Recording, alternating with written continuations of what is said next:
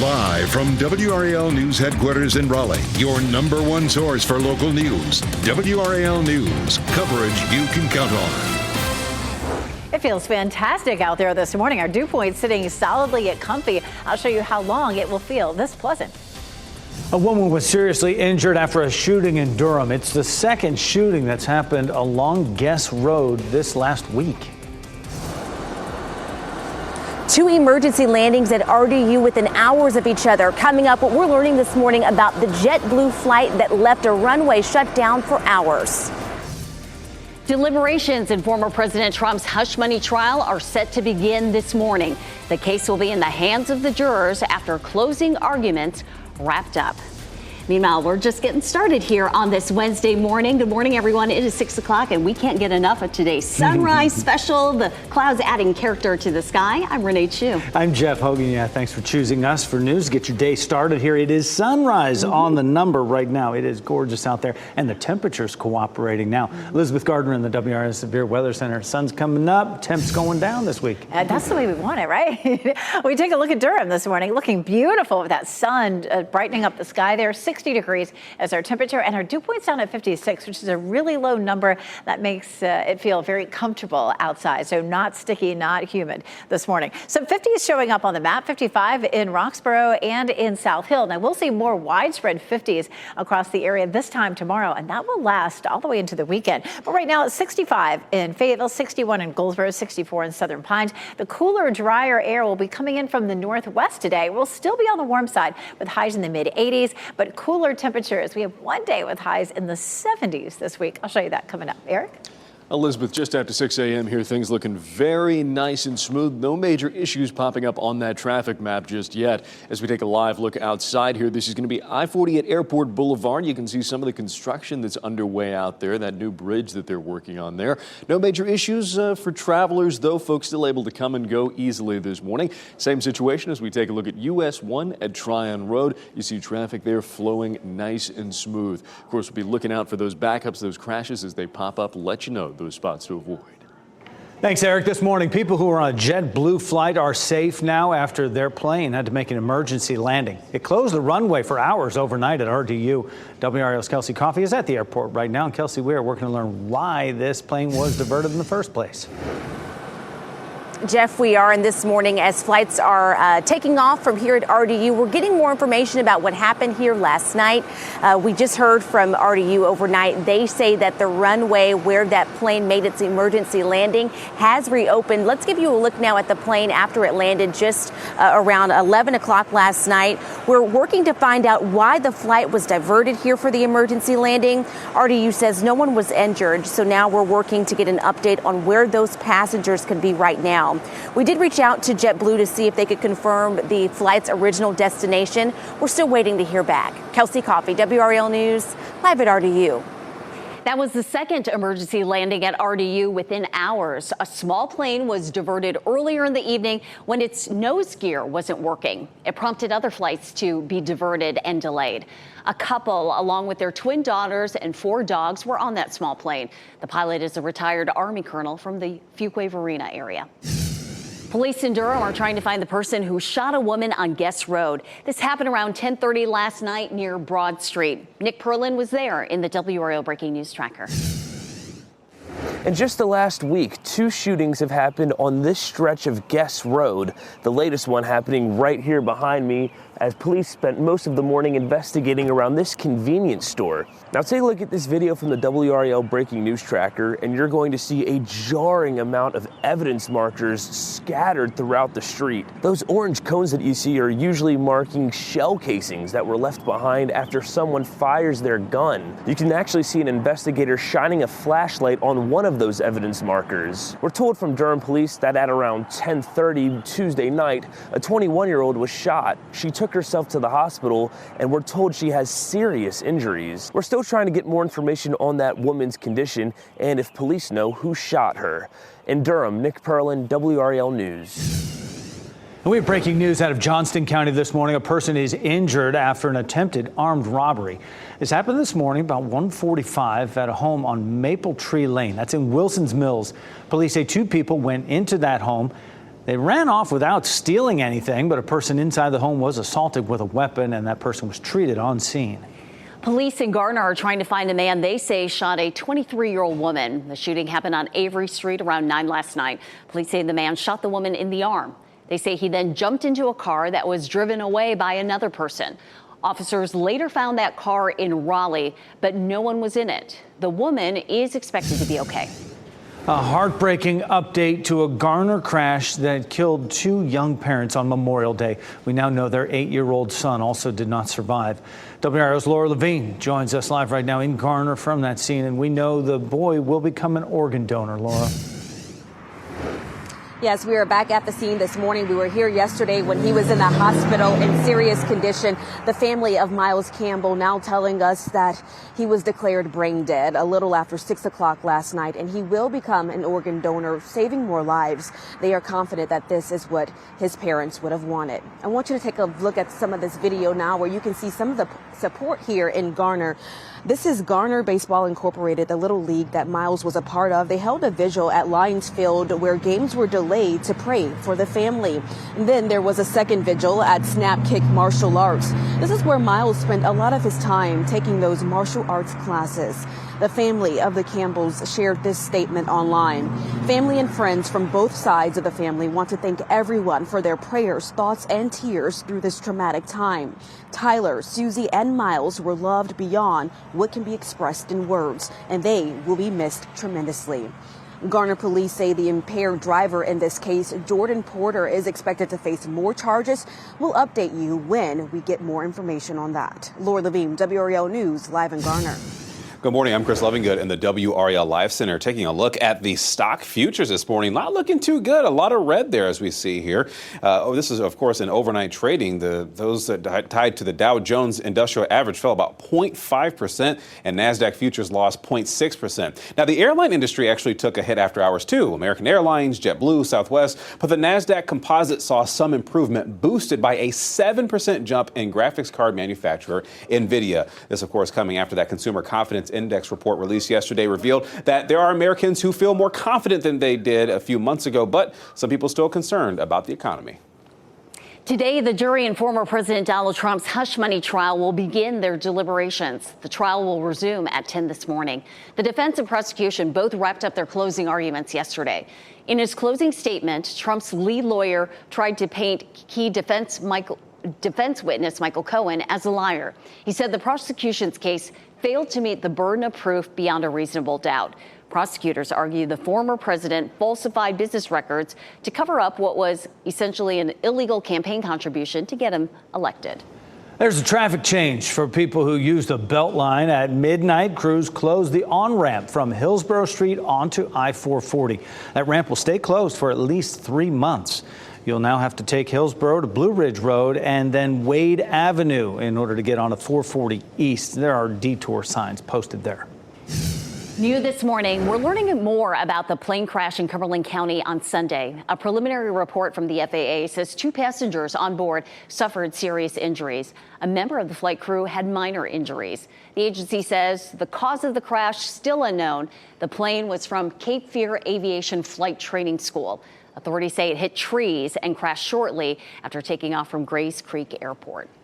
Today, Durham City Council will review the proposed budget for the upcoming fiscal year. The city manager's proposed budget includes a property tax increase of about 4 cents to support increased city worker pay. A recent compensation study found city employees were making below market rate. The work session gets started at 9 this morning. Another is scheduled for tomorrow. A public hearing is scheduled for next Monday at 7 p.m. Police in Raleigh are working to figure out who vandalized the NC State bell tower. That incident was caught on the school's bell tower camera just before 1:30 Tuesday morning. You see those people in dark clothing spray painting Free Palestine and Eyes on Rafah around the base of the tower. Crews removed that paint yesterday morning. The university is still working to identify the people involved. A ramp from I-40 to US 70 right at exit 309 on 40. That's in the westbound direction. That'll be closed tonight for construction. It will close at 11 o'clock. It's expected to reopen tomorrow morning by 5 a.m. People driving on 40 West will be detoured to take exit 312A. That'll help you access US 70 just outside Clayton. This overnight construction is part of the I-40 widening project from southeast Raleigh to Clayton. 6:10 is the time right now on your Wednesday. The family of a man killed in a Raleigh shooting is trying to come to terms with his death. How they're remembering the father of 3 as police try to find his killer. And one of the most famous female golfers in the world is retiring. Why Lexi Thompson says it's time for her to step away from the sport. And when you step outside this morning, it feels fantastic. Our dew point has dropped. It's still going to be a warm afternoon at 85, but look where we're headed, 79 on Friday. I'll show you what's bringing us these big changes and what it will feel like through the weekend. As you get into your car, tune to WRAL News Plus on your radio. In Raleigh on 99.3 FM. In Durham, 96.5 FM. And everywhere on 101.5 HD3.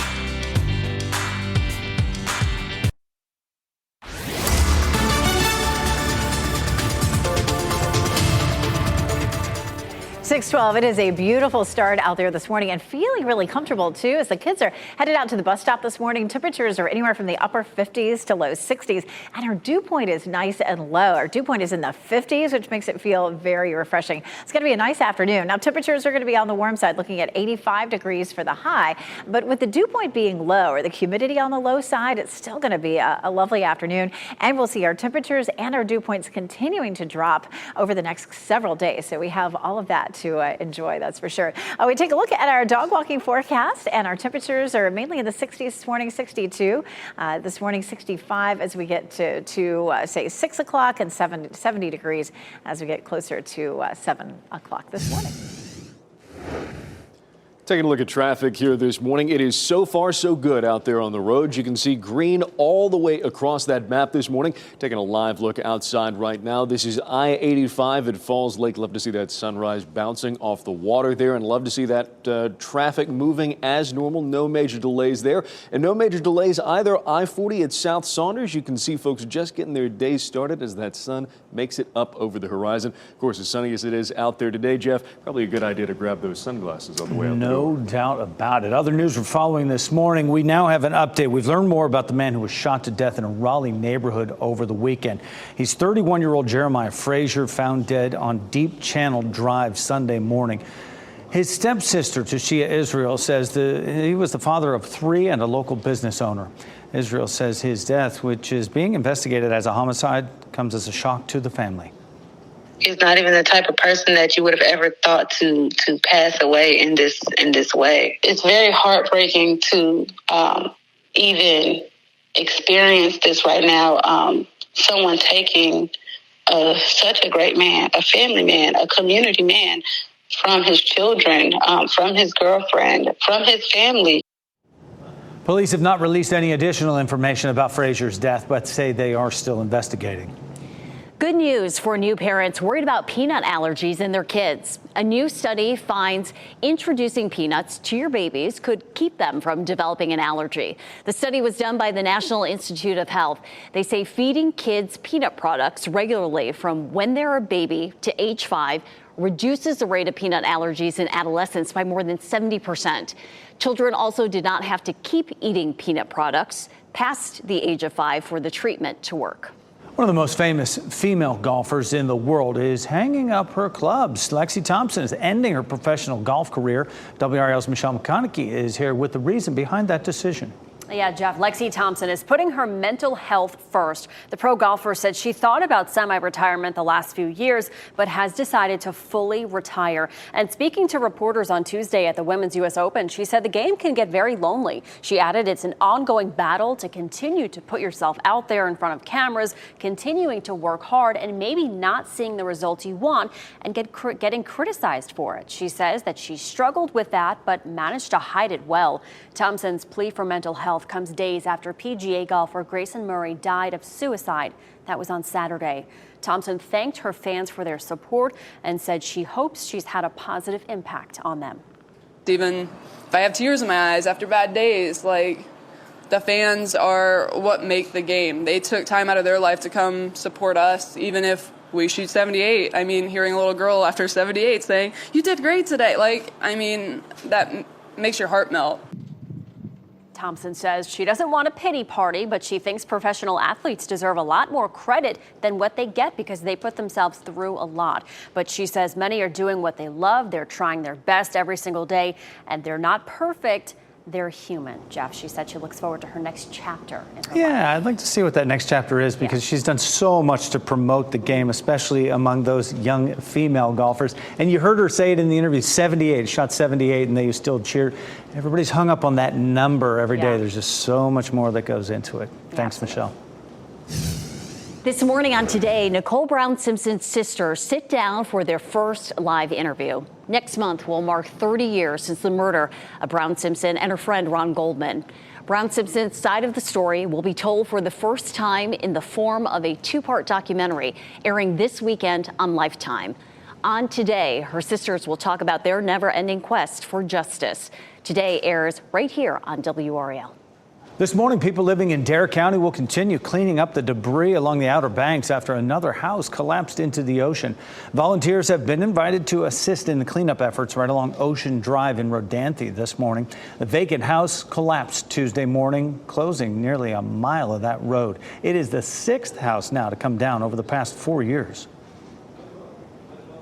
Meteorologist Elizabeth Gardner in the WRAL Severe Weather Center with these beautiful sunrise views all around town. What a way to start a Wednesday. It really is gorgeous out there this morning. It feels comfortable. Our dew point, our humidity is low, and temperatures are very pleasant. And it's just so pretty out there. Beautiful sunrise there in Goldsboro. We have just a few clouds out there making for some pretty colors as you're waking up this morning. Here's a live look at Apex and, of course, Chapel Hill. Chapel Hill is courtesy of Top of the Hill Restaurant. And there is our newsroom in Fayetteville. So closing out meteorological spring. What does that mean? Well, spring meteorologically is the entire month of March, April, and May. And then June 1st starts meteorological summer. So we take a look at what things have looked like over the spring. If it's felt warm, it has been.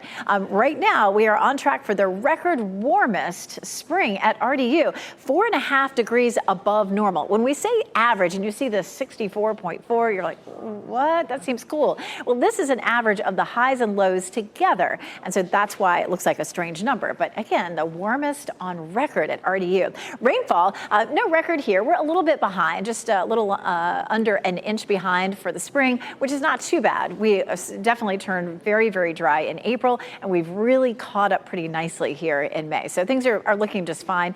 We had our cold front move through. We have high pressure that's building in. Nice and quiet for us. A little low pressure system up around the Great Lakes. May swing a few clouds our way later on this afternoon. But for the most part, we are high and dry. Some thunderstorms over parts of the plains, but nothing here for us. Again, a few clouds out there for us this morning. Lots of sunshine on and off today. And again, that system that's up to the north may swing a few clouds or maybe even a sprinkle into our northeastern counties later on today. But for the most part, we'll end up dry and very pleasant. The weekend looks gorgeous, too, especially the first part of the weekend. 79 on Friday, 82 Saturday. We begin to creep up to 85 on Sunday, but still the humidity stays fairly low. Now, your yard, your garden might need a little bit of rain by the time we get to the weekend, so you may have to do it artificially. You may need to get the watering can or the sprinkler out. We're still doing just fine on rain, though. We're anywhere from 100% to 150% of our normal rainfall for the last 30 days. It does look like we will continue to have at least some chance of above normal precipitation through the middle of June, but temperatures may continue to warm up, too. We're looking at a gorgeous day on Friday, 79 degrees with lots of sunshine and low humidity. We do creep to almost 90 degrees by Tuesday, but you know, it is that time of year. I think we can just be happy that we're going to have these pleasant temperatures for a little while. If I could queue up that forecast for the rest of the summer, I would be a very happy man. Oh, I think everybody would be. Well, and you know what? I think folks are going to be happy about this right here, too. Looking at our traffic map here this morning, green all the way across the board, not seeing any major backups or crashes here at this point in the morning anyway. I want to send you back out to that view of Falls Lake again at I-85. You see traffic flowing nice and smooth here, and you also see the sun's come up just enough to hit that camera bouncing off the water. Be a great day to be out there in a boat. Save yourself that commute today. Same story as we look at I-40 at South Saunders. Again, you can see traffic starting to build in here this morning, but while it's getting busy out there yet, we're not seeing major backups. We'll let you know as those start to build in this morning. Thanks, Eric. New music on the way from Eminem. The magical way the rapper announced his latest single that has people talking. And thousands of people in New York are getting a glimpse of a unique phenomenon, the glowing spectacle seen over Manhattan that is known as Manhattan Henge. And here are your winning lottery numbers from the NC Education Lottery on your screen right now.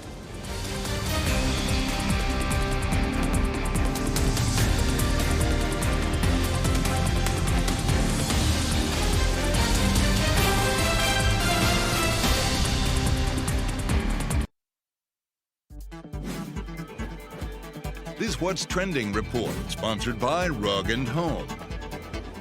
One of the stars of Stranger Things has officially tied the knot. And it's to the son of a rock icon. Here's a look at what's trending. Actress Millie Bobby Brown is officially married. In an interview on BBC's The One Show, rock legend John Bon Jovi confirmed the actress and his son, Jake Bon Jovi, got married in a private ceremony. When asked how the newlyweds were doing, the musician said they're absolutely fantastic and his son is as happy as ever. No word on whether John Bon Jovi sang at the ceremony, though. I wonder if they were like, Dad, we would love to, hear you sing. Now, he did write a song for his daughter, Stephanie, who got married in April, a song called Kiss the Bride. So he wrote a special song for her daughter, but not sure what he did for Jake, though. I'm sure it wasn't like living on a prayer or something. No, they are not living on a prayer, but maybe for the reception. Yeah. They could play it. Rapper Eminem is set to release his new single Houdini this Friday. In a video posted to Instagram, the rapper FaceTimes magician David Blaine asking for help with his magic. Blaine then drinks a glass of wine and proceeds to bite the rim of the glass. There it is. That's what Eminem says for his last trick. He's going to make his career disappear. Oh. Yeah. You just said it right. Well, the album name is The Death of Slim Shady. Houdini is that first single that's coming off of it. But you don't try that at home or anywhere. Leave really. it up to David Blaine and the Houdinis out there. Yeah. Twice a year, New Yorkers and visitors get the chance to see this unique sunset here. The sunset's perfectly framed right in between the grid of skyscrapers here. The phenomenon happened again last night. People will get another chance to see it tonight. Watch it come right into frame there. Famed astrophysicist Neil deGrasse Tyson first named this spectacle Manhattan Henge in 1997, inspired by England's Stonehenge. The next two sightings will be in mid-July. The Live After 5 concert series kicks off tonight in downtown Raleigh. Bring your family and friends down to Fayetteville Street to enjoy local musicians paying tribute to top female performers. Sun Queen Kelsey and the Solar Flares, along with the 22 Strings Band, will play from 5 to 8 tonight. Concerts will be the last Wednesday of the month through August. WRAL is a presenting sponsor. 2 emergency landings at RDU within hours of each other coming up. What new information we've learned about one of those flights within the last 15 minutes? And it feels very pleasant outside this morning. School day forecast, mid-60s at first bell. It will be warm this afternoon as the kids are coming home, but I'll show you why it won't feel as bad as it could. The jury in former President Donald Trump's hush money trial will start deliberating today. What to expect as a verdict inches closer in this case.